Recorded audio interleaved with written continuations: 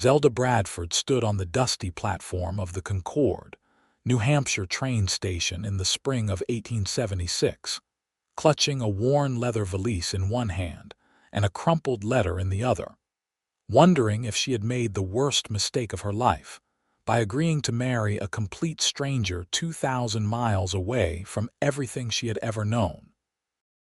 The journey west had taken nearly 3 weeks, and every mile had carried her further from the small boarding house in Boston, where she had worked as a seamstress after her parents died of influenza the previous winter. The advertisement had seemed like providence when she found it tucked inside a newspaper left behind by one of the boarding house guests.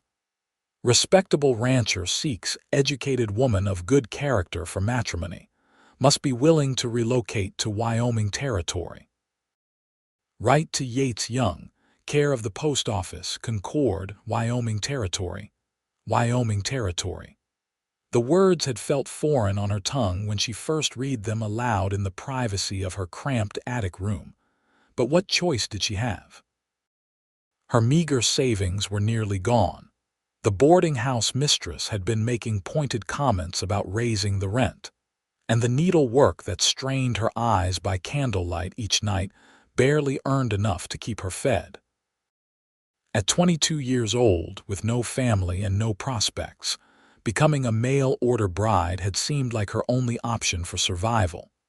Now, standing in another Concord entirely, this one in the vast Wyoming Territory, Zelda felt the weight of her decision settle over her like a heavy blanket. This town was nothing like the bustling streets of Boston or even the relative civilization of New Hampshire. Wooden buildings lined a single main street, their paint weathered by wind and sun. Horses were tied to hitching posts, and men in worn denim and leather walked past with barely a glance in her direction. The air smelled of dust, horse manure, and something wild she could not quite name. "Miss Bradford." Zelda turned to see a tall man approaching, his hat pulled low over his eyes. He was broad-shouldered and moved with the easy confidence of someone completely at home in this rough country. As he came closer and removed his hat, she saw a face that was handsome in a rugged way, with sun-bronzed skin, a strong jaw shadowed with stubble, and eyes the color of summer sky. He looked to be perhaps 25 or 26, with dark brown hair that curled slightly at his collar. "Yes, I am Zelda Bradford," she managed, her voice steadier than she felt. "Yates Young, madam. I am pleased to finally meet you in person." His voice was deep and warm, with a slight drawl that marked him as someone who had spent considerable time in the South. "I hope your journey was not too difficult." "It was long," Zelda admitted, "but I survived it well enough." Yates studied her with those clear blue eyes, and she wondered what he saw. She knew she was not a beauty by conventional standards. Her face was too angular, her mouth too wide, and her figure too thin from months of inadequate meals. Her dress, though clean and carefully mended, was at least 3 years out of fashion and had been made over from a wealthier woman's cast-off. Her one vanity was her hair, thick and dark as midnight, which she had pinned up carefully beneath her modest bonnet. "I have a wagon just over here," Yates said, gesturing down the street. "The ranch is about an hour's ride from town. I figured we could get you settled today, and then tomorrow we can visit the preacher if that suits you." Tomorrow. The word hung in the air between them. Tomorrow she would marry this stranger and bind her life to his forever. Zelda swallowed hard against the sudden tightness in her throat. "That sounds perfectly reasonable," she said, though nothing about this situation felt reasonable at all. Yates picked up her valise, which held everything she owned in the world, as though it weighed nothing. As they walked toward the wagon, Zelda noticed people watching them with open curiosity. A woman in a bright red dress standing outside what was clearly a saloon gave her a knowing look that made heat rise to Zelda's cheeks, An older man sitting on a bench outside the general store nodded to Yates and called out a greeting. "That your bride, then, Yates?" "Yes, sir, Mr. Hendricks."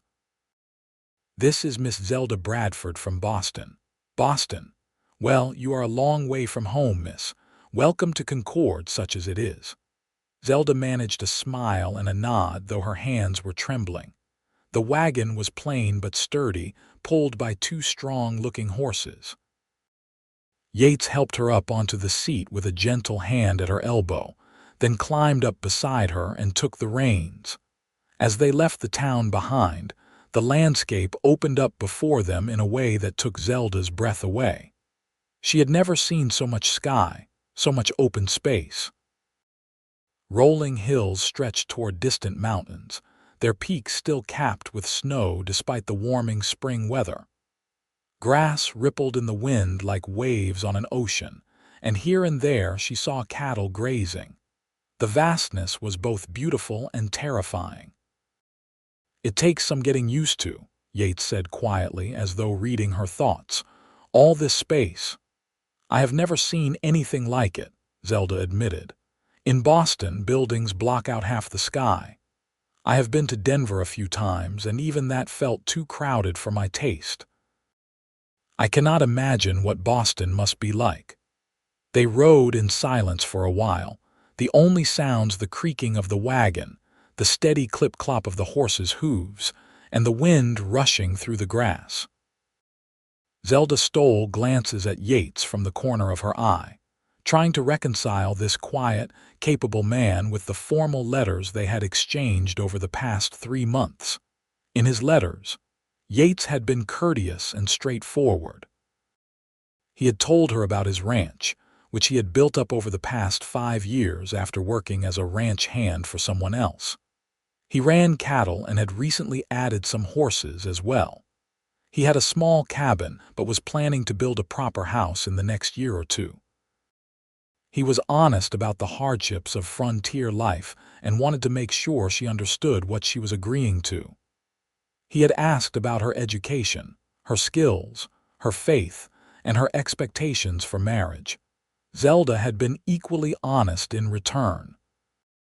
She had told him about losing her parents, about her work as a seamstress, about her basic education at a charity school. She had not tried to pretend she was coming to him from wealth or social position. She was alone in the world and needed the security of marriage. She could cook and clean and sew and keep house. She would work hard and be a faithful wife. That was all she could offer.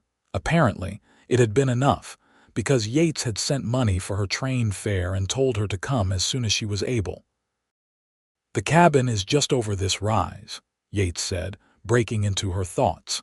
As they crested the hill, Zelda saw a small wooden cabin nestled in a shallow valley near a creek lined with cottonwood trees. There was a barn nearby, a chicken coop, and several fenced pastures. It was modest but clearly well-maintained, with smoke rising from the chimney and fresh paint on the barn door. "It is not much yet," Yates said, and for the first time Zelda heard a note of uncertainty in his voice. "But I have plans to expand. The land is good here, plenty of water and grass for the stock." "It looks like a fine place," Zelda said, and meant it. After the crowded, grimy streets of Boston and the cramped boarding house with its thin walls and constant noise, this peaceful valley seemed like something out of a dream. As they drew closer, a dog came bounding out from the barn, barking enthusiastically. It was a medium-sized mongrel with floppy ears and a plumed tail that wagged so hard its whole body shook. "That is Scout," Yates said with obvious affection. "He is friendly but energetic." "I hope you do not mind dogs."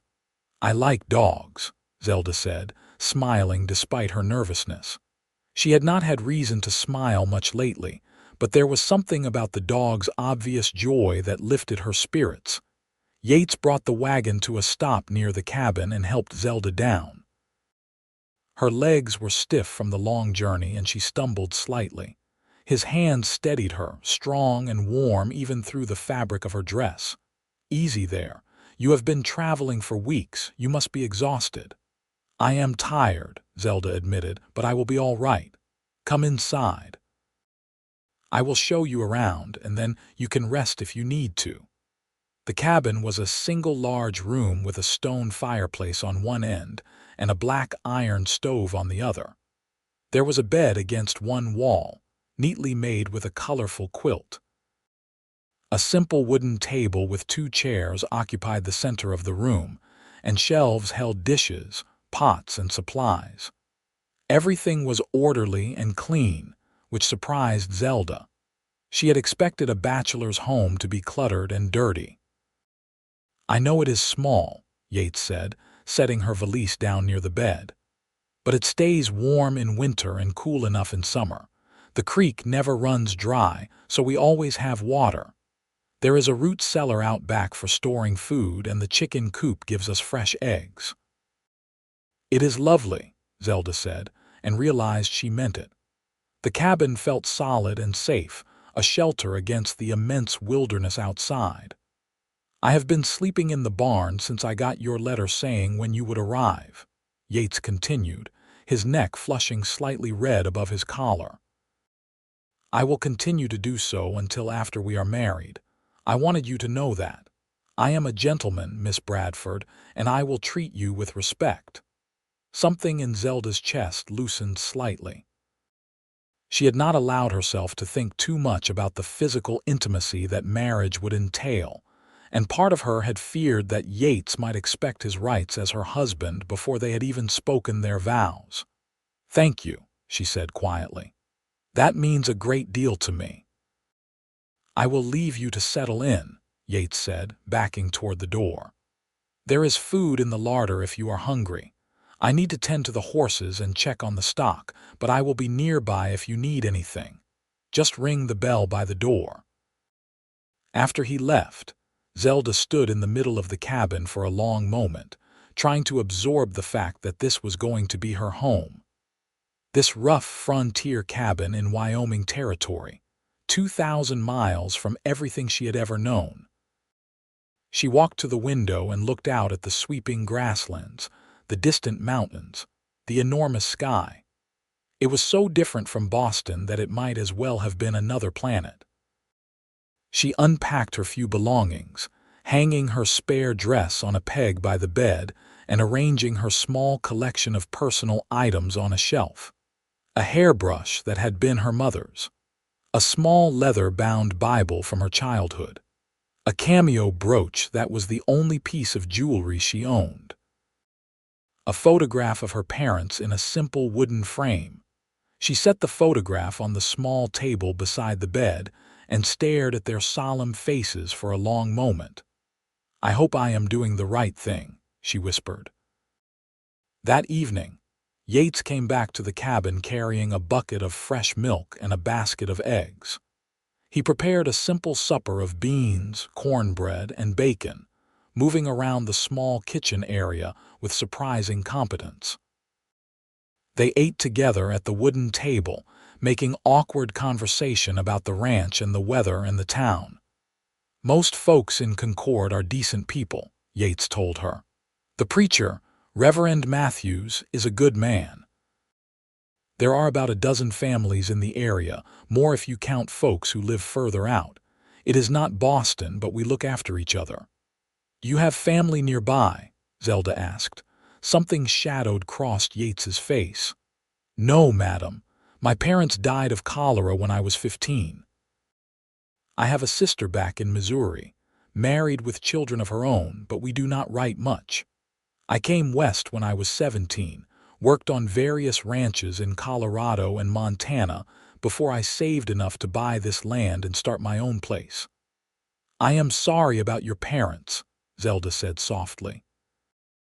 "And I am sorry about yours. It is a hard thing, losing family." They shared a moment of mutual understanding, two people who had been shaped by loss and were now trying to build something new together. After supper, Yates excused himself and returned to the barn.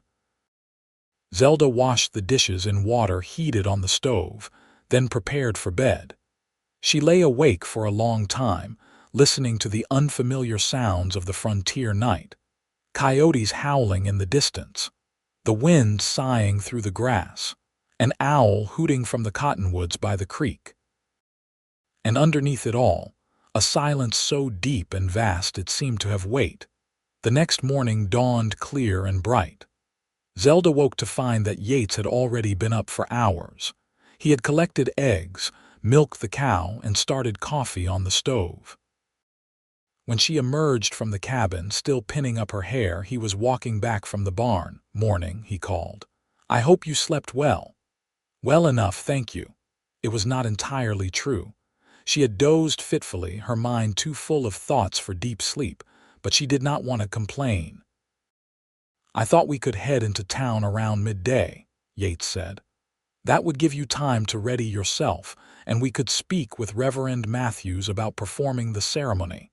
If you are still willing, that is." Zelda looked at this man who was to be her husband. He stood in the morning sunlight with his hat in his hands, his expression open and hopeful but also cautious, as though he expected her to change her mind at any moment. She thought about the alternative: returning to Boston with no money, no job, no prospects, ending up in a workhouse or worse. Yates Young might be a stranger, but he seemed kind and honest, and he was offering her a life and a home. "I am willing," she said. The ride back to Concord seemed shorter in daylight. Zelda wore her best dress, a dark blue wool that she had carefully sponged clean the night before. Yates had changed into a clean shirt and brushed the dust from his hat and boots. They looked like what they were: two ordinary people preparing for a wedding that was more practical arrangement than love match. Reverend Matthews was a thin man with graying hair and kind eyes. He welcomed them into the small white church at the edge of town and listened as Yates explained their situation. "A mail-order marriage," the Reverend said thoughtfully. "We have had a few of those in Concord over the years. The frontier is not an easy place for a man alone, and there are many good women back east who need a fresh start. I see nothing wrong with two people joining together to face life's challenges, so long as they do so with honest intentions and a willingness to honor their vows." He looked at Zelda. "Miss Bradford, do you come to this marriage of your own free will? No one has forced or coerced you." "I come freely," Zelda said. "Mr. Young has been nothing but respectful and honest with me." "And Yates, do you promise to treat this woman as a true husband should? To provide for her and protect her and treat her with kindness?" "I do so promise," Yates said solemnly. "Very well then. Let us begin." The ceremony was simple and quick. There were no flowers, no music, no guests. Just Zelda and Yates standing before the Reverend in the quiet church, while dust motes danced in the sunlight streaming through the windows. The Reverend read the traditional words, and they repeated the vows that would bind them together until death parted them. When Yates slipped a simple gold band onto Zelda's finger, she felt tears prick her eyes. It was not the wedding she had dreamed of as a girl, but it was real and it was happening, and this man was now her husband for better or worse. "You may kiss your bride," Reverend Matthews said with a smile. Yates leaned in and pressed a gentle kiss to Zelda's lips. It was chaste and brief, but Zelda felt warmth spread through her chest nonetheless. When they pulled apart, Yates was smiling and she found herself smiling back. They signed the marriage certificate and Reverend Matthews signed as witness. Just like that, Zelda Bradford became Zelda Young, wife of a Wyoming rancher, resident of the frontier. As they left the church, Yates offered her his arm. "Well, Mrs. Young, shall we celebrate our wedding with lunch at the hotel dining room? It is not fancy, but the food is decent." "That sounds wonderful," Zelda said. The hotel dining room was indeed not fancy, but it was clean, and the meal of roasted chicken, potatoes, and vegetables was the best food Zelda had eaten in months. Over the meal, they talked more easily than they had before, as though the marriage ceremony had broken through some invisible barrier between them. Yates told her about his plans for the ranch, his hopes to increase his herd and eventually buy more land. He talked about the changing seasons in Wyoming, the brutal winters and the glorious summers. He told her about his neighbors, warning her that old Silas Patterson, who lived 5 miles to the north, was cantankerous but harmless, and that the Morrison family to the south had 6 children who would likely come visiting once word spread that there was a new woman in the area.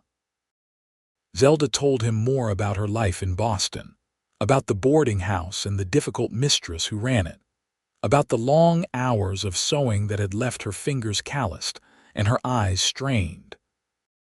She talked about her parents, who had run a small bookshop before the influenza took them, and how she had loved growing up surrounded by books. "I do not have many books," Yates admitted. "Just a Bible and a couple of old novels that I have read so many times I practically have them memorized. But the general store in town sometimes gets new ones in. We could buy some if you like to read." "I would like that very much," Zelda said, touched by his thoughtfulness. The return journey to the ranch felt different now. They were no longer strangers bound by a business arrangement. They were husband and wife, partners facing the world together. When they arrived at the cabin, Yates helped Zelda down from the wagon and carried her across the threshold, making her laugh despite her nervousness about what the night might bring. Inside, Yates busied himself building up the fire while Zelda prepared a simple supper from the supplies in the larder. They ate together as the sun set outside, painting the sky in shades of gold and crimson and purple that seemed impossibly vivid to Zelda's city-accustomed eyes.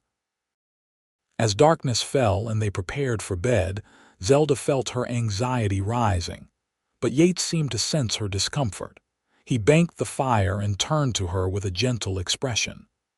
"Zelda, we are married now, and that comes with certain expectations. But I do not want you to feel pressured or frightened. We have the rest of our lives together. There is no rush." Zelda looked at this man who was being so patient and kind, and she felt a surge of gratitude. "You are a good man, Yates Young." "I am trying to be," he said simply. "You took a tremendous risk coming all this way to marry someone you had never met. The least I can do is make sure you feel safe and respected." That night, they lay together in the bed for the first time, but Yates simply held her close, his warmth seeping into her bones after the chill of the spring night. Zelda felt herself relaxing gradually, her head resting on his shoulder, his steady breathing lulling her toward sleep. In the days that followed, Zelda began to settle into her new life. She took over the cooking and cleaning, bringing a woman's touch to the cabin. She planted a vegetable garden near the creek, using seeds that Yates had been saving. She learned to milk the cow, gather eggs from the temperamental hens, and bake bread in the finicky cast-iron oven. The work was hard and the days were long, but there was a satisfaction in it that she had never felt hunched over needlework in the boarding house. Yates taught her to ride one of the gentler horses, a mare named Daisy. At first, Zelda was terrified of the large animal, but Yates was patient and encouraging, and gradually she gained confidence. Soon, she was able to ride with him when he checked on the cattle or mended fences, enjoying the freedom of moving across the open range. They grew easier with each other as the weeks passed. Yates had a quiet sense of humor that emerged once he felt comfortable, and Zelda found herself laughing more than she had in years.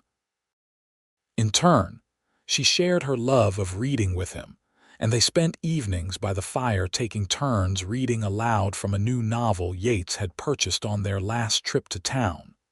1 month after their wedding, Zelda woke to find Yates already gone from the bed. She rose and dressed, then stepped outside into the fresh morning air. She found him at the barn, tending to one of the horses who had a stone lodged in her hoof. "Good morning," she called. Yates looked up and smiled, and Zelda felt her heart skip in a way that had nothing to do with nervousness or fear. He was handsome, she realized, especially when he smiled like that. And more importantly, he was good and kind and patient.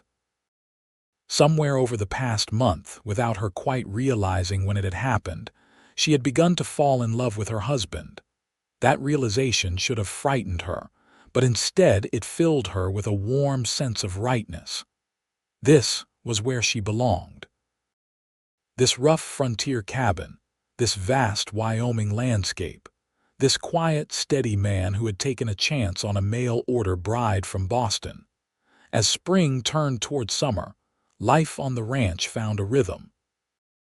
Yates was often busy from dawn to dusk with the work of running the ranch, and Zelda kept herself occupied with the endless tasks of maintaining a frontier home. But they always made time in the evenings to be together, to talk and read and simply enjoy each other's company. Their physical relationship deepened naturally, without pressure or awkwardness. Yates was gentle and attentive, and Zelda found herself responding to him in ways she had not expected. The marriage bed became a place of genuine intimacy and affection, another bond drawing them closer together. One afternoon in early June, Zelda was working in her garden when she heard the sound of approaching horses. She straightened up, shading her eyes against the sun, and saw 3 riders coming across the range toward the cabin. Yates emerged from the barn, and she noticed he had his rifle in one hand, held casually but ready. "Stay near the cabin," he called to her. As the riders drew closer, Zelda could see they were rough-looking men, unshaven and dusty from travel. They pulled up their horses near Yates, who stood his ground calmly. "Afternoon," the lead rider said. He was a big man with a thick beard and cold eyes. "This your place?" "It is," Yates said evenly. "Can I help you gentlemen with something?" "We have been trailing some cattle that went missing from the Davidson ranch up north. You would not have seen any stray beeves around here, would you?" "No, I have not. All the cattle on my land are accounted for and properly marked with my brand." The bearded man looked around slowly, his gaze lingering on Zelda in a way that made her skin crawl. "Pretty wife you have got there. Not many women out here on the frontier." "Thank you," Yates said, his voice taking on a steely edge. "Now if you gentlemen have no further business here, I have work to get back to." The 3 men exchanged glances. For a moment, tension hung thick in the air and Zelda held her breath. Then the bearded man shrugged. Sure, we will be moving along, but we might be back this way. You see any strays, you let folks know in town." "Will do," Yates said. The 3 men wheeled their horses and rode off. Yates did not move until they had disappeared over the rise. Then he walked quickly to Zelda and took her arm gently. "Go inside and stay there until I say otherwise," he said quietly. "Who were they?" Zelda asked, her heart pounding. "Men who bear watching. That was Jack Rafferty and his boys. They have been suspected of rustling cattle, but no one has been able to prove it. I do not trust them." For the next few days, Yates was extra vigilant, keeping his rifle close and watching the horizon constantly. But the men did not return, and gradually the tension eased. "I am sorry you had to deal with that," Yates told Zelda one evening. "This country can be hard, and not all the people in it are good ones." "You protected me," Zelda said. "You did not let them intimidate you, and you made sure I was safe. That is what matters." Yates pulled her close, resting his chin on top of her head. "I will always protect you, Zelda. You are my wife, and that means something to me. That means everything to me." Zelda wrapped her arms around him and held tight. "You mean everything to me too," she whispered, and realized it was completely true. Summer arrived in full force, bringing long days of brilliant sunshine and warm nights filled with stars. The cattle grew fat on the rich grass, the garden flourished, and Zelda felt herself becoming stronger and healthier than she had been in years. The constant good food and fresh air and physical work had filled out her too thin frame and brought color to her cheeks. In mid-July, the Morrison family came calling, as Yates had predicted they would. Thomas and Margaret Morrison arrived with their 6 children ranging in age from 3 to 14, bringing a basket of fresh berries and a great deal of noise and energy to the quiet ranch. Margaret Morrison was a plump, cheerful woman who immediately embraced Zelda like an old friend. "Oh, we are so glad Yates finally found himself a wife. It has been worrying all of us, him out here all alone. And you are from Boston. How exciting! You must tell me all about it." The children ran around the yard, playing with Scout and exclaiming over the horses and chickens. Thomas Morrison and Yates talked about cattle prices and water rights, while Margaret pulled Zelda aside and chattered away about life on the frontier. "It is hard for women out here," Margaret said frankly. "We are spread so far apart and the work never ends, but we help each other when we can. If you ever need anything, you send word. And there is a church social coming up next month, the first Sunday in August. Everyone will be there, and it is a perfect chance for you to meet your neighbors." Zelda found herself warming to Margaret's open friendliness.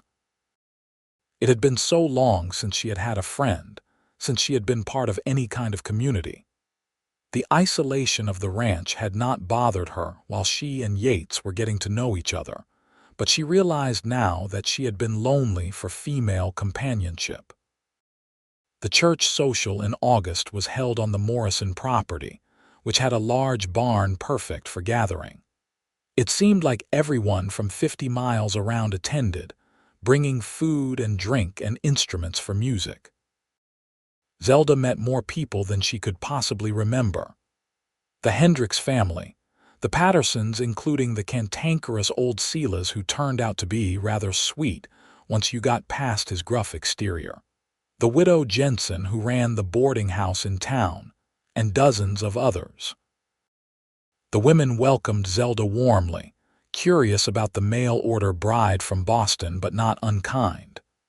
The men treated Yates with respect, clearly valuing him as a steady, hard-working neighbor. Children ran everywhere, playing games and stealing cookies from the food tables. Musicians played fiddles and guitars, and couples danced in the barn as the summer evening cooled. Yates asked Zelda to dance, and though she protested that she did not know how to do the frontier dances, he insisted. "I will teach you. Just follow my lead." He swept her into the dance, and Zelda found herself laughing as he spun her around. She stepped on his feet more than once, but he did not seem to mind. Other couples whirled past them, everyone smiling and enjoying the rare chance to socialize and celebrate. When the dance ended, Yates kept his arm around Zelda's waist. "Are you having a good time?" he asked. "I am," Zelda said, surprised to realize how much she meant it. "This is wonderful. Everyone has been so welcoming." "They are good people," Yates said. "Life is hard out here, so when we get a chance to come together and enjoy ourselves, we make the most of it." As the evening wore on, and the sun set in another spectacular display of color, Zelda stood outside the barn looking up at the stars beginning to appear in the darkening sky. The Milky Way stretched overhead like a river of light, more stars than she had ever imagined existed visible in the clear frontier air. Yates came to stand beside her. "Beautiful, is not it?" "I never saw stars like this in Boston," Zelda said. "Too many buildings, too much smoke from all the factories and houses, but here, it looks like you could reach up and touch them. When I first came west, I used to lie awake at night just staring at the stars," Yates said. "Made me feel small, but in a good way." Like my problems were not so big after all when you compared them to all that vastness. Zelda leaned against him, and he wrapped his arm around her. They stood like that for a long time, watching the stars come out one by one while the sounds of music and laughter drifted from the barn. "Thank you," Zelda said quietly. "For what? For bringing me here, for giving me a home and a life, for being patient and kind, for being you." Yates turned her to face him, his hands gentle on her shoulders. "Zelda, you do not need to thank me. You have given me just as much. More, probably. Before you came, this place was just a ranch, just a place where I worked and slept. But you made it a home. You made me remember what it feels like to have someone to come back to at the end of the day, someone to share things with, someone to care about and be cared about by in return." He paused, seeming to gather his courage. "I know this marriage started as a practical arrangement, but somewhere along the way, at least for me, it became more than that. I love you, Zelda. I have loved you for a while now, but I was not sure if I should say it. I did not want to pressure you or make you feel obligated to say it back." Zelda felt tears spring to her eyes. "Oh, Yates, I love you too. I have been wanting to tell you, but I was afraid. Afraid that maybe you still saw me as just the mail-order bride, just someone to cook and clean and keep house." "Never," Yates said fiercely. "You are my wife, my partner, my best friend. You are everything to me."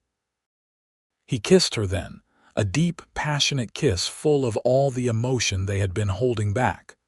When they finally pulled apart, both breathless, Zelda was laughing and crying at the same time. "We should probably go back to the social," she said. "Probably," Yates agreed. "But in a minute. I just want to hold you a bit longer." They stood there under the stars, wrapped in each other's arms, and Zelda felt a happiness so complete it was almost painful. She had been so lost and alone just a few months ago, and now she had this. A good man who loved her, a home, a community, a future full of promise. The rest of the summer passed in a golden haze of work and contentment. Yates was busy with the cattle, driving some to market in late August, and using the money to make improvements to the ranch. He hired a couple of hands to help with the work, 2 young men named Billy and Tom who were respectful and hardworking. Zelda continued to expand her garden and began putting up preserves for the winter. Margaret Morrison came to visit several times, teaching Zelda frontier skills like how to make soap and render lard and smoke meat. In return, Zelda taught Margaret's oldest daughter how to do fine needlework, a skill that brought in some extra money when she made lace collars and cuffs to sell at the general store in town. In September, as the weather began to cool and the leaves on the cottonwoods turned gold, Zelda realized she had missed her monthly courses. At first, she told herself it was just stress, or a change in diet, or the physical demands of frontier life. But when another month passed and she began to feel queasy in the mornings, she could no longer deny what was happening. She was pregnant. The realization filled her with a mixture of joy and terror. She wanted a child, wanted to build a family with Yates. But childbirth was dangerous, especially out here on the frontier far from doctors and hospitals. Women died in childbirth all the time. Babies died. What if something went wrong? What if she died and left Yates alone again? What if the baby died and she had to endure that heartbreak? She tried to hide her fears, but Yates knew her too well by now. One evening as she was washing dishes, her hands trembling and her eyes full of unshed tears, he came up behind her and wrapped his arms around her. "What is wrong, love? You have been so quiet lately, and you hardly ate any supper." Zelda set down the dish she was washing and turned in his arms. "I am pregnant," she said simply. For a moment, Yates just stared at her. Then his face broke into the biggest smile she had ever seen. "Pregnant. We are going to have a baby." "Yes," Zelda said, and found herself smiling despite her fears. In late spring, I think, April or May. Yates let out a whoop of joy and picked her up, spinning her around the cabin before setting her down carefully. A baby, Zelda, this is wonderful. This is the best news. I am scared, Zelda admitted. What if something goes wrong? What if I am not a good mother? What if? Essichich, Yates said, pulling her close. You are going to be a wonderful mother, and nothing is going to go wrong. Margaret Morrison has had 6 healthy babies, and she will help you. We will get the doctor from Laramie if we need to. I am not going to let anything happen to you or our child. His confidence was reassuring, but Zelda's fears did not completely disappear. As fall turned to winter and her belly began to swell, she found herself alternating between excited anticipation and deep anxiety. Yates was attentive and protective, insisting that she rest more and not overwork herself. He took over many of the heavier chores and was constantly asking if she needed anything. The winter of 1876 into 1877 was harsh, with heavy snows and bitter cold. Zelda was grateful for the sturdy cabin and the stores of food they had put up. Yates had to go out in all weather to tend to the animals, coming back frosted with snow and ice. But inside, the cabin was warm and cozy, and they spent long evenings by the fire planning for the baby's arrival. Yates built a cradle from wood he had been saving, sanding it smooth and carving simple designs into the sides. Zelda sewed tiny clothes from soft fabric she purchased on a rare trip to town before the worst of the winter set in. They argued good-naturedly about names, each suggesting options and the other finding something wrong with them. What about Benjamin if it is a boy? Yates suggested one evening. Benjamin Young. That is nice, but I knew a horrid boy named Benjamin at the charity school. He used to pull girls' hair. All right, not Benjamin. What about Samuel? I like Samuel. Samuel Young. That has a good sound to it. And if it is a girl, what about Rose? Rose Young, Yates said, trying it out. I like it. Simple and pretty like her mother. I am not pretty, Zelda protested automatically. Yates leaned over and kissed her swollen belly, then her lips. You are beautiful. You were always beautiful, but now, carrying our child, you are absolutely radiant. You are just saying that because you got me in this condition, Zelda said, but she was pleased nonetheless. As winter slowly gave way to spring, Zelda grew heavier and more uncomfortable. Her back ached constantly, her feet swelled, and she could not find a comfortable position to sleep.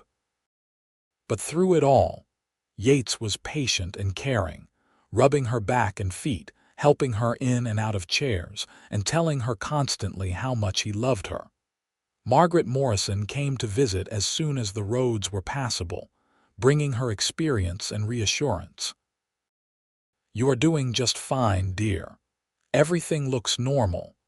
The baby is a good size and active, which is what you want. I will be here when your time comes to help you through it. In late April, on a night when the first frogs were singing in the creek and the air smelled of earth and growing things, Zelda's labor began. Yates rode through the darkness to fetch Margaret while Zelda paced the cabin, breathing through the contractions and trying not to panic. Margaret arrived within an hour, calm and competent. She sent Yates outside to heat water and stay out of the way, then settled in to help Zelda through the long hours of labor. It was harder and more painful than Zelda had imagined, and there were moments when she was sure she could not endure another second. But Margaret was there, encouraging her, telling her she was strong, telling her she could do this. Dawn was breaking when Zelda finally gave birth to a squalling, healthy baby boy. Margaret cleaned him up and wrapped him in soft blankets, then placed him in Zelda's arms. You did it, Mama. You have a beautiful son. Zelda stared down at the tiny face, the miniature fingers that gripped her own, the dark eyes that seemed to look right into her soul. Hello, Samuel, she whispered. "Hello, my sweet boy." Yates was allowed back inside, and the look on his face when he saw his son made Zelda start crying all over again. He knelt beside the bed, his large, work-roughened hand gently touching the baby's soft hair. "He is perfect," Yates said, his voice thick with emotion. "You are perfect." "Thank you, Zelda. Thank you for this gift." The weeks after Samuel's birth were exhausting but joyful. Zelda had to learn to nurse and change and soothe a newborn while recovering from the ordeal of childbirth. Yates helped as much as he could while still managing the ranch work, walking the floor with a crying baby in the middle of the night so Zelda could sleep, changing dirty diapers without complaint, and looking at his son with such love and wonder that it made Zelda's heart ache. As spring turned to summer, Samuel grew and thrived. He was a good-natured baby, quick to smile and seemingly fascinated by everything around him. Zelda carried him in a sling while she worked in the garden, and Yates would take him out to the barn, talking to him about horses and cattle as though the baby could understand every word. "You are going to grow up strong and capable," Yates told his son. "You are going to know this land and love it like I do. But you are also going to know that being strong does not mean you cannot be gentle. Your mother taught me that. She is the strongest person I know, and she does it with grace and kindness." Zelda watched from the doorway, her heart full to bursting with love for both her boys. Life settled into a new rhythm with the baby. The ranch continued to grow and prosper. Yates was able to hire more help and buy more land. The small cabin began to feel cramped, so he started work on the larger house he had promised, building it with help from neighbors who came for raising parties that combined hard work with socializing and celebration. By Samuel's first birthday in the spring of 1878, the new house was finished. It had separate bedrooms, a proper kitchen, a sitting room, and even a small porch where Zelda could sit and watch the sunset. It was a real family home, and Zelda felt a sense of pride every time she walked through it. Samuel was walking now, toddling around on chubby legs and getting into everything. He had his father's blue eyes and his mother's dark hair, and he was the darling of everyone who met him. At church socials, he was passed from lap to lap, cooed over and spoiled by the community that had come to think of Zelda as one of their own. That summer, an incident occurred that reminded everyone how dangerous the frontier could still be. A band of rustlers, including Jack Rafferty and his men whom Yates had encountered 2 years earlier, were finally caught stealing cattle from the Davidson ranch. There was a confrontation, shots were fired, and 2 of the rustlers were killed while the rest were captured and taken to Laramie to stand trial. The news spread quickly through the community, and there was a sense of relief that the threat had been eliminated. But it also served as a reminder that civilization was still fragile out here, that danger lurked just beyond the edges of the orderly life they were all trying to build. "I am glad those men are gone," Zelda said, when Yates told her the news. "I have not forgotten the way Rafferty looked at me that day. It made my skin crawl." "They cannot hurt anyone now," Yates said, pulling her close. "And I would have died before I let anyone hurt you." "Please do not talk about dying," Zelda said, shuddering. "I cannot bear the thought of losing you." "You are not going to lose me. I am going to be around for a long, long time. I plan to grow old with you, Zelda Young. I plan to watch our son grow up and have children of his own. I plan to sit on that porch with you when we are both gray and tell stories about the old days." "I like that plan," Zelda said softly. As Samuel grew from a toddler into a little boy, Zelda and Yates talked about having more children. Zelda discovered she was pregnant again in the fall of 1879, and their daughter Rose was born in the early summer of 1880. The birth was easier than Samuel's had been, perhaps because Zelda knew what to expect this time. Rose was a placid baby with wispy blonde hair and gray eyes that would eventually darken to the same blue as her father's and brothers. With 2 young children, life was busier than ever. But it was also richer, fuller, more complete than Zelda could have imagined when she stood on that train platform in Concord, New Hampshire 4 years earlier. She had a husband who loved her deeply, 2 healthy children, a beautiful home, and a place in a community that valued her. Sometimes, in quiet moments, she would think about the frightened young woman she had been, alone and desperate, agreeing to marry a stranger because she had no other choice. That woman would hardly recognize the person Zelda had become, confident, capable, loved and loving in return. One evening when Samuel was 5 and Rose was 2, Zelda was putting the children to bed while Yates finished up some work in the barn. Samuel was at the age where he always wanted one more story, one more drink of water, one more hug before he would settle down to sleep. "Mama, tell me how you and Papa met," Samuel said as Zelda tucked the quilt around him. "You have heard that story 100 times," Zelda said with a smile, "but I like it. Tell me again." So Zelda told him the story, simplified for a 5-year-old's understanding.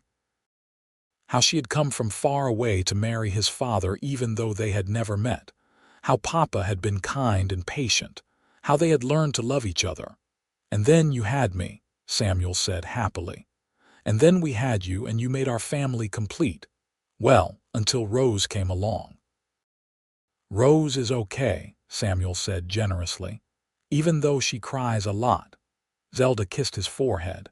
"You cried a lot when you were a baby too. Now go to sleep." When she came downstairs, she found Yates waiting for her on the porch. He had 2 cups of coffee and gestured for her to sit beside him. They sat in comfortable silence, watching the stars come out, listening to the night sounds of the ranch. "I was thinking today about how different life is now compared to when I was alone here," Yates said. "Before you came, I thought I was content. I had my ranch, my work, my independence. I thought that was enough. But I did not know what I was missing until you arrived and showed me what a real life looks like." "I felt the same way," Zelda said. "I thought I just needed security and a roof over my head. I did not expect to find love. I did not expect to be so happy." "You know what I realized," Yates continued. "That day you arrived, when I first saw you standing on the platform looking so scared and trying to be brave, I thought you might be a burden. Not in a bad way, but I thought I would have to take care of you, teach you everything, carry you through until you got used to frontier life." Zelda stiffened slightly. "Did I disappoint you?" "No, listen. What I realized is that you were never a burden. Even when you were scared and everything was new, even when you needed help and teaching, you were never a burden. Because right from the start, you were trying. You were adapting and learning and making an effort. And more than that, you were making my life better just by being in it. You were not a weight to carry. You were a gift I did not deserve." He took her hand and held it gently. "If anything, I felt like you might be too much for me, like I would not be good enough for you, would not be able to give you the life you deserved, but you never made me feel that way. You took this rough cabin and this hard life and you made it beautiful. You brought warmth and laughter and love. You gave me children and a real home. You turned a lonely rancher into the happiest man in Wyoming Territory."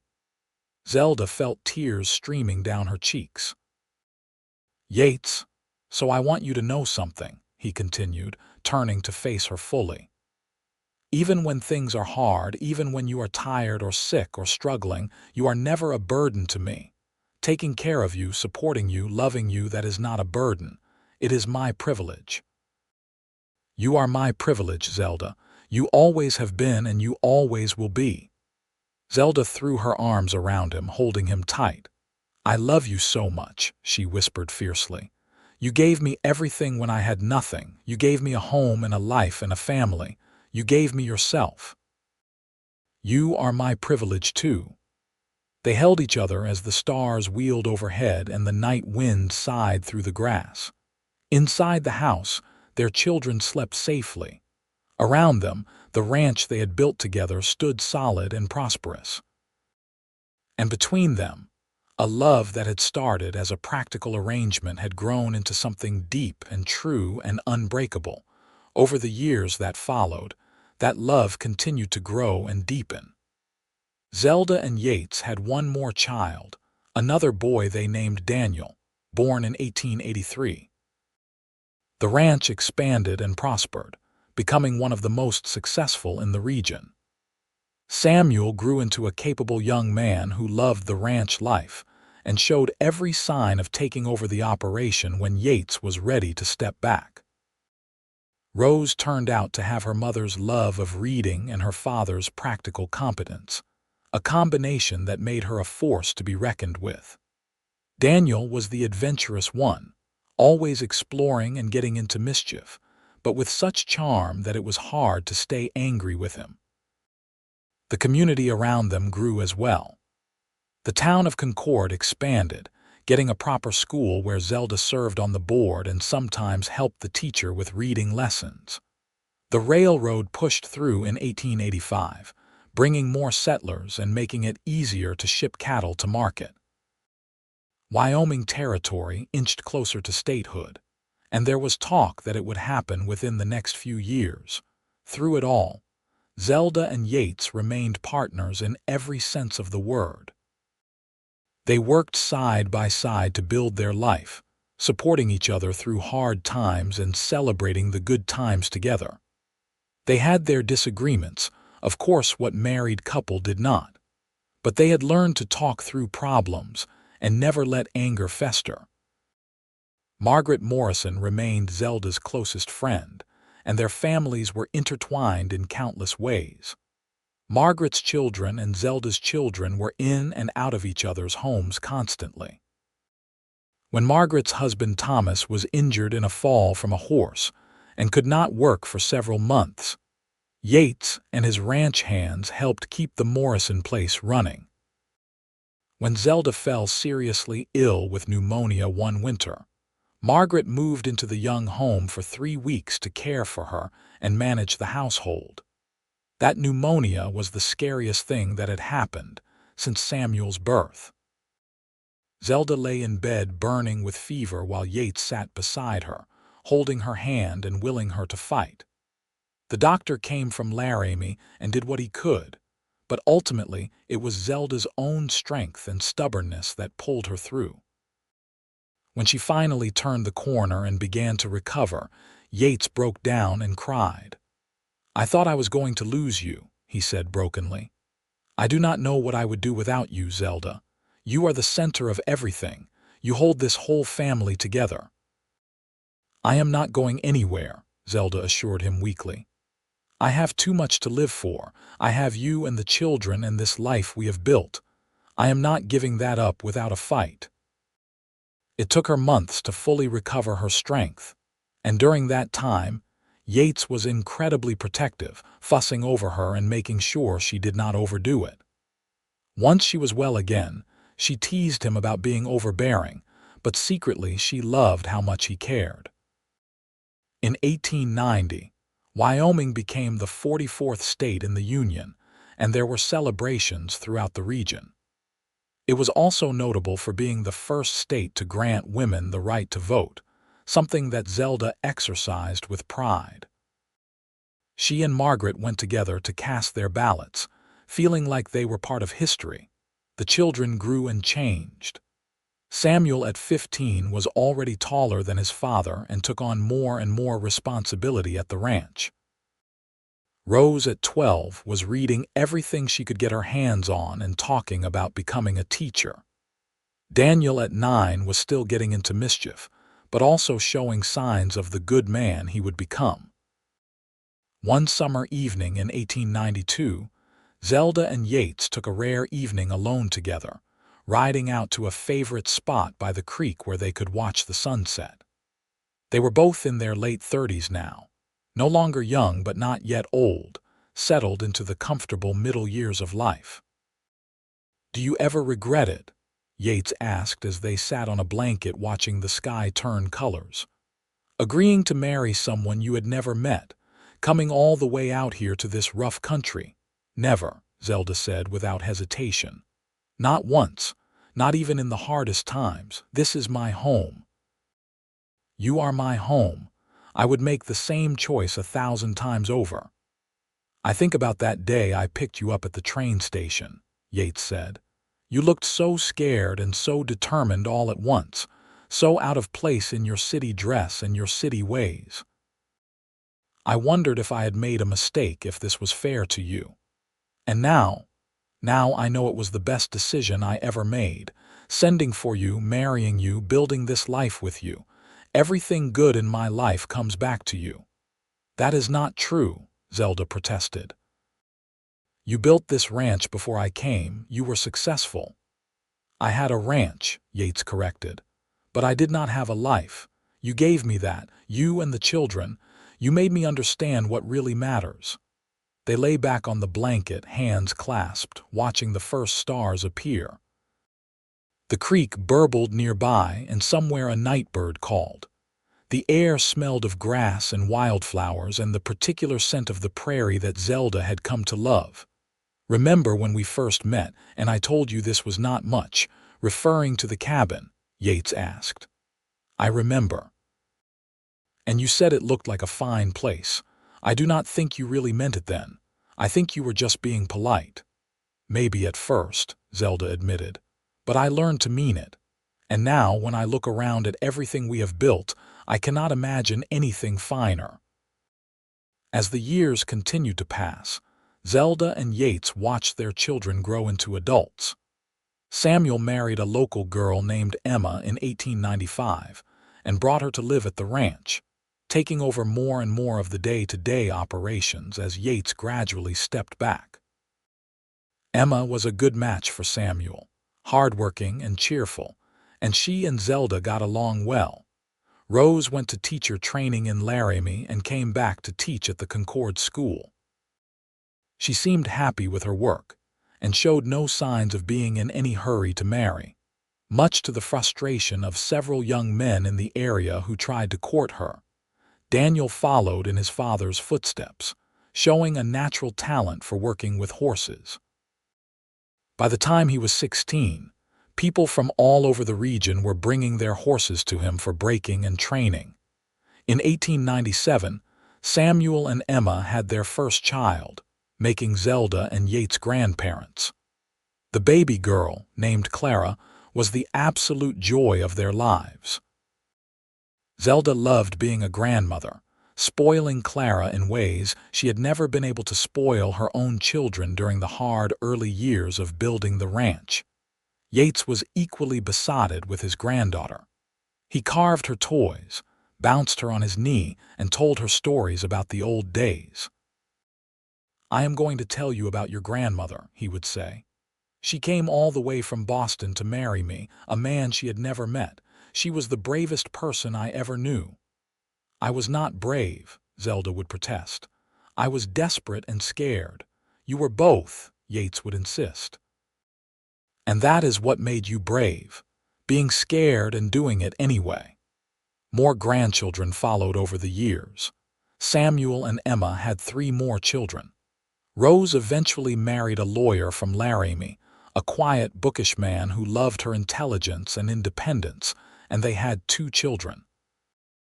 Daniel married the daughter of a horse breeder from Colorado, and they settled on a piece of land adjacent to the main ranch, starting their own horse breeding operation. As the new century approached, Zelda and Yates found themselves in the position of being the elder generation, the ones the younger folks came to for advice and support. They were respected in the community, known for their fairness, their generosity, and their enduring love for each other. On their 25th wedding anniversary in 1901, the whole community came together to celebrate. There was a party at the church with food and music and dancing, and person after person stood up to toast the couple who had become pillars of the Concord community. To Yates and Zelda Young, Reverend Matthews said, raising his glass. They came together from different worlds, strangers bound by a letter and a leap of faith. They built not just a successful ranch but a true partnership, a family, and a legacy of love and hard work that will endure for generations. Everyone cheered and drank to that, and Zelda felt her eyes filling with tears. Yates put his arm around her and pulled her close. 25 years, he murmured in her ear, and I love you more now than I did on the day we married. I love you too, Zelda whispered back. Thank you for choosing me. Thank you for giving me this life. You chose me too, Yates reminded her. You took just as big a risk as I did. Bigger, maybe. I was staying in my familiar territory. You were leaving everything you knew. Later that night, back at home with just the two of them sitting on the porch in the moonlight, Yates took Zelda's hand and looked at her seriously. I need to tell you something, he said. Something I have been thinking about for a while now. What is it? Zelda asked, suddenly worried. Nothing bad, he assured her quickly. I just want to make sure you know how much you mean to me, how grateful I am for every single day we have had together. You changed my life, Zelda. You made me a better man, and I hope I have made you happy. I hope you have never regretted taking that chance on me. Never, Zelda said firmly. You have made me happier than I ever dreamed possible. When I stood on that train platform all those years ago, I thought I was just looking for security, a place to belong. But I found so much more than that. I found love and partnership and a true home. I found myself. You helped me become the person I was meant to be. You did the same for me, Yates said. He was quiet for a moment, then continued. Do you remember that time a few years back when you had pneumonia and were so sick? When I was sitting beside your bed, terrified that you were going to die? I remember. I realized something then. I realized that even though you were the one who was sick, the one who needed care, you were still giving to me. Just by being there, by fighting to stay alive, by being you. You were never a burden, not even in your weakest moment. Because love is not about keeping score or measuring who gives more and who takes more. It is about being present for each other, supporting each other, carrying each other when necessary. He stood and pulled her to her feet, taking both her hands in his. So I want to say it again now on our 25th anniversary. You are my privilege, Zelda Young. Taking care of you, loving you, building this life with you, all of it has been my privilege. And if I had it to do over again, I would not change a single thing. Tears were streaming down Zelda's face now. You are my privilege too, Yates. You always have been. From the moment you picked me up at that train station and were so kind and respectful, even though you did not owe me anything. You could have treated me like property or a servant, but instead you treated me like a person worth respecting. You gave me time to adjust, space to breathe, patience while I learned. And then you gave me your heart. They embraced there in the moonlight. Two people who had taken a chance on each other a quarter-century ago and had built something beautiful and lasting from that leap of faith. The years after their 25th anniversary were golden ones. Yates and Zelda stepped fully back from the daily operations of the ranch, leaving it in Samuel's capable hands while they enjoyed their grandchildren, and spent time on pursuits they had not had leisure for in the busy years of building their life. Yates taught Daniel's sons how to rope and ride. Zelda helped Rose's daughter learn to read and encouraged her love of books. They traveled occasionally, taking the train to Denver or even back east to Boston, where Zelda showed Yates the places of her childhood. The city had changed dramatically since she left, but some landmarks remained, and it was bittersweet to walk those streets again as a successful rancher's wife, rather than a desperate young woman with no prospects. I barely recognize it, Zelda said as they stood outside the building that had once housed the boarding house where she worked. It was a shop now, selling ready-made clothes, and I barely recognized the person I was then. That person brought you to me, Yates said. So I am grateful to her, whoever she was. They visited her parents' graves, which Zelda had not seen since shortly after their deaths. She placed flowers and told them about her life, about her husband and children and the ranch in Wyoming. I hope you would be proud of me, she whispered. They would be, Yates assured her, his hand warm and steady on her shoulder. How could they not be? As they aged into their 50s and then their 60s, Yates and Zelda remained devoted to each other. Their hair turned gray, their faces lined with years of sun and wind and laughter. Their bodies slowed down, aches and pains making themselves known. But their love never diminished. They developed a routine in their later years. Every morning they would have coffee together on the porch, watching the sunrise over the land they had worked so hard to build. Every evening they would sit together again, watching the sunset and talking over the day's events. In between, they filled their time with grandchildren and friends and the quiet tasks of a life well lived. In 1915, on their 40th wedding anniversary, the family gathered again for a celebration. There were children and grandchildren, and even a few great-grandchildren now. The original cabin, which they had moved away from when the house was built, had been converted into a bunkhouse for ranch hands. The house itself had been expanded multiple times to accommodate the growing family. Samuel, now a man of 43 with silver threading through his hair, stood up to make a toast. "I want to talk about my parents," he said. "About the marriage we are celebrating today. Most of you know the story of how they met. How my mother came all the way from Boston as a mail-order bride, and how my father took a chance on a woman he had never met." He paused, looking at his parents with obvious affection. "What strikes me about their story is not just that they found love after such an unusual beginning. It is that they kept choosing love every single day for 40 years. They worked together, supported each other, raised us kids, built this ranch. They never took each other for granted. They showed all of us what a real partnership looks like." He raised his glass. "To Yates and Zelda Young, may we all be so lucky as to find what they found together." Everyone drank to that, and Zelda felt Yates squeeze her hand under the table. She looked at him and saw her own emotions reflected in his eyes. Pride in what they had built, gratitude for the years they had been given, love that had only grown stronger with time. Later, when the party had wound down and they were alone again, Yates and Zelda walked slowly out to the creek, to the same spot where they had watched the sunset so many times over the years. They moved more slowly now, Yates with a cane to help his bad knee and Zelda with her arm through his for support. 40 years, Zelda said wonderingly. "How did we get to be so old?" "We are not old," Yates protested. "We are seasoned, distinguished, well-aged like fine whiskey." Zelda laughed.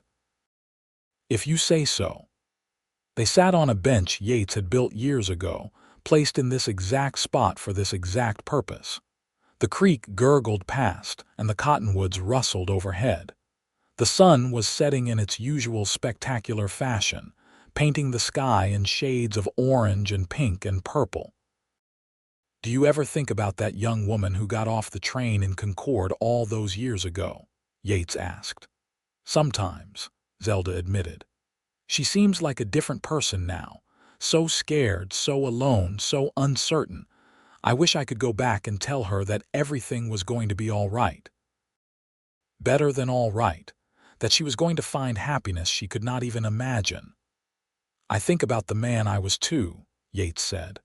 "Lonely, even though I did not fully realize it, going through the motions of building a ranch without really understanding what I was building it for. And then you came and suddenly everything made sense. I was not just building a ranch, I was building a home for us, a life for us, a future for our children. We did well, did not we?" Zelda said softly. "We did better than well. We succeeded beyond my wildest dreams." They sat in comfortable silence, watching the sun sink below the horizon. After 4 decades of marriage, they did not always need words. Sometimes just being together was enough.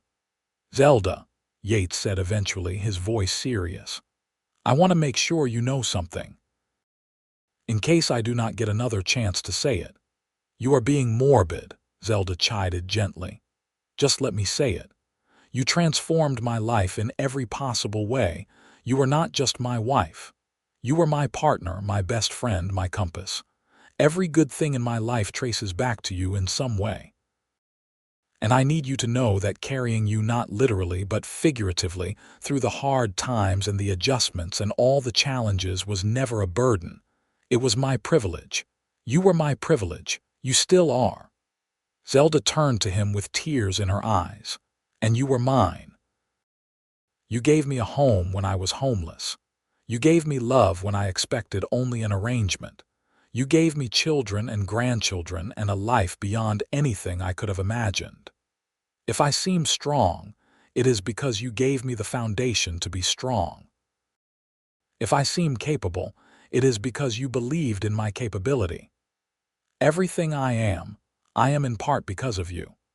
They kissed then, a sweet, gentle kiss between two people who had loved each other through 40 years of joys and sorrows, triumphs and challenges. When they pulled apart, both were smiling through their tears. The years that followed were slower but no less sweet. Yates and Zelda settled into old age with grace, surrounded by the large, loving family they had created together. They were blessed with good health for their age, still able to walk and talk and enjoy life even as their bodies inevitably wore down. They celebrated their 45th anniversary with a quiet dinner, just family, in the house that had become the heart of their empire. They celebrated their 50th with another large party, where people came from all over the region to honor the couple who had become something of a legend in the area.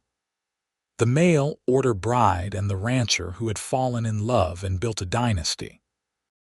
By their 55th anniversary in 1931, both Yates and Zelda were in their 70s and beginning to feel their age.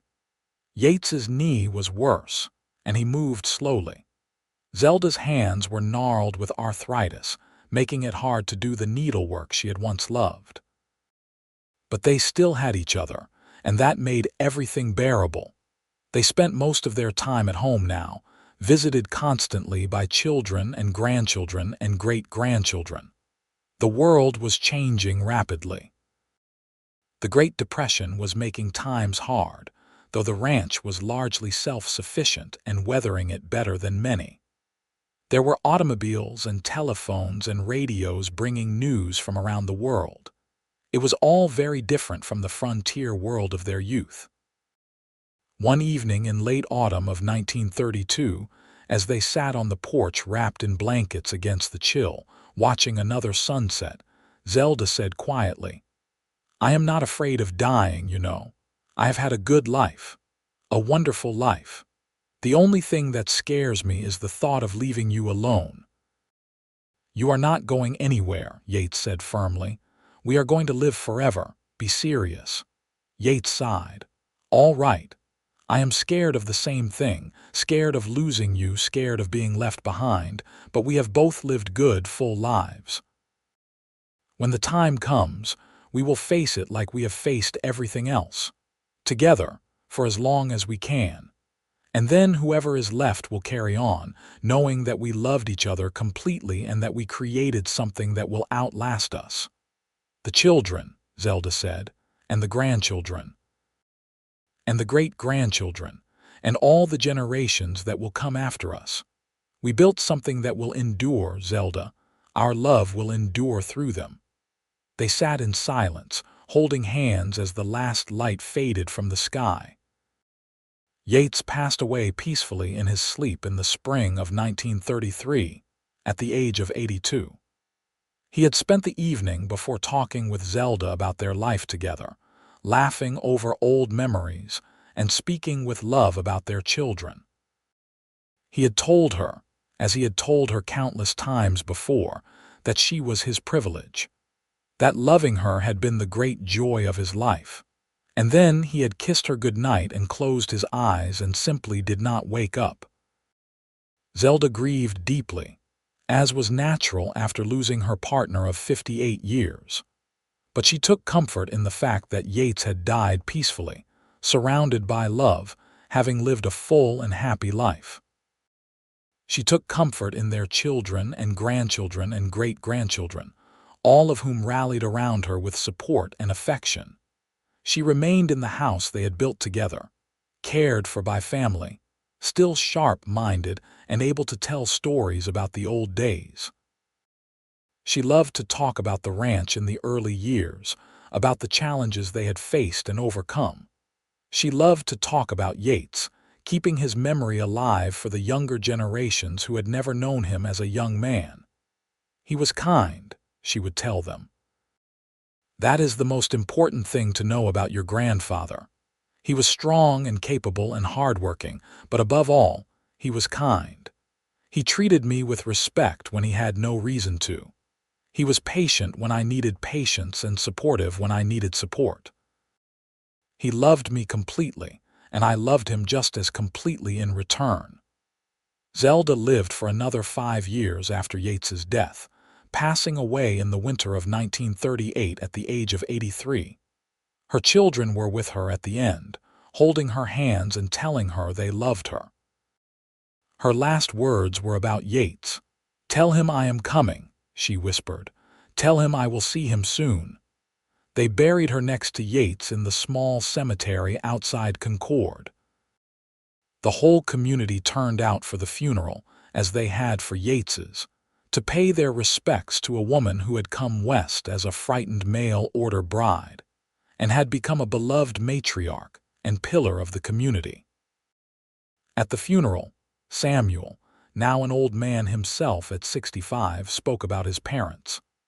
"My mother used to tell me that she came to Wyoming because she had no other choice. But as she lived her life here, she realized it was the best choice she ever made. She and my father showed all of us what love really means. Not the easy, romantic love of fairy tales, but the real, lasting love that is built on respect and partnership and choosing each other every day." He paused, his voice thick with emotion. "My father used to say that my mother was his privilege. I think we were all her privilege to the family she helped create, the legacy she left behind. She will live on in all of us, in the values she taught us, in the love she gave so freely." The ranch continued on, passed down through the generations. Samuel's sons and then his grandsons ran it, keeping the name Young on the deed. The original cabin was eventually preserved as a historical site, a reminder of the humble beginnings of what had become a dynasty. The story of Yates and Zelda became family legend, told and retold to each new generation. The mail-order bride who came west with nothing and built a life. The rancher who took a chance on a stranger and found his soulmate.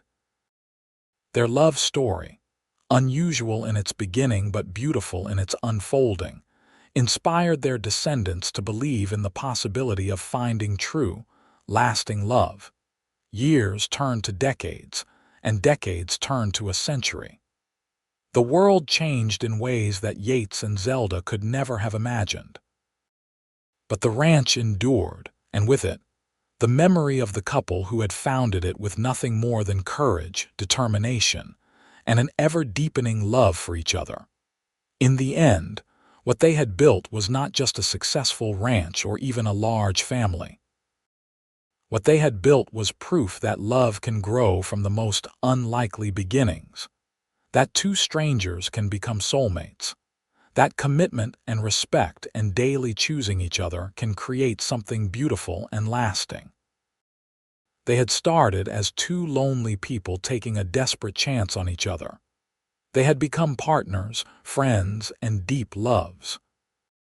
And in doing so, They had created a legacy that would endure far beyond their own lifetimes, a legacy of love, hard work, faith in each other, and the profound truth that caring for someone, supporting them, loving them through all of life's challenges, is never a burden but always a privilege. Their story ended as all stories must, with death and grief and loss. But it was a good ending nonetheless, because they had lived fully, loved completely, and left behind something beautiful for those who came after.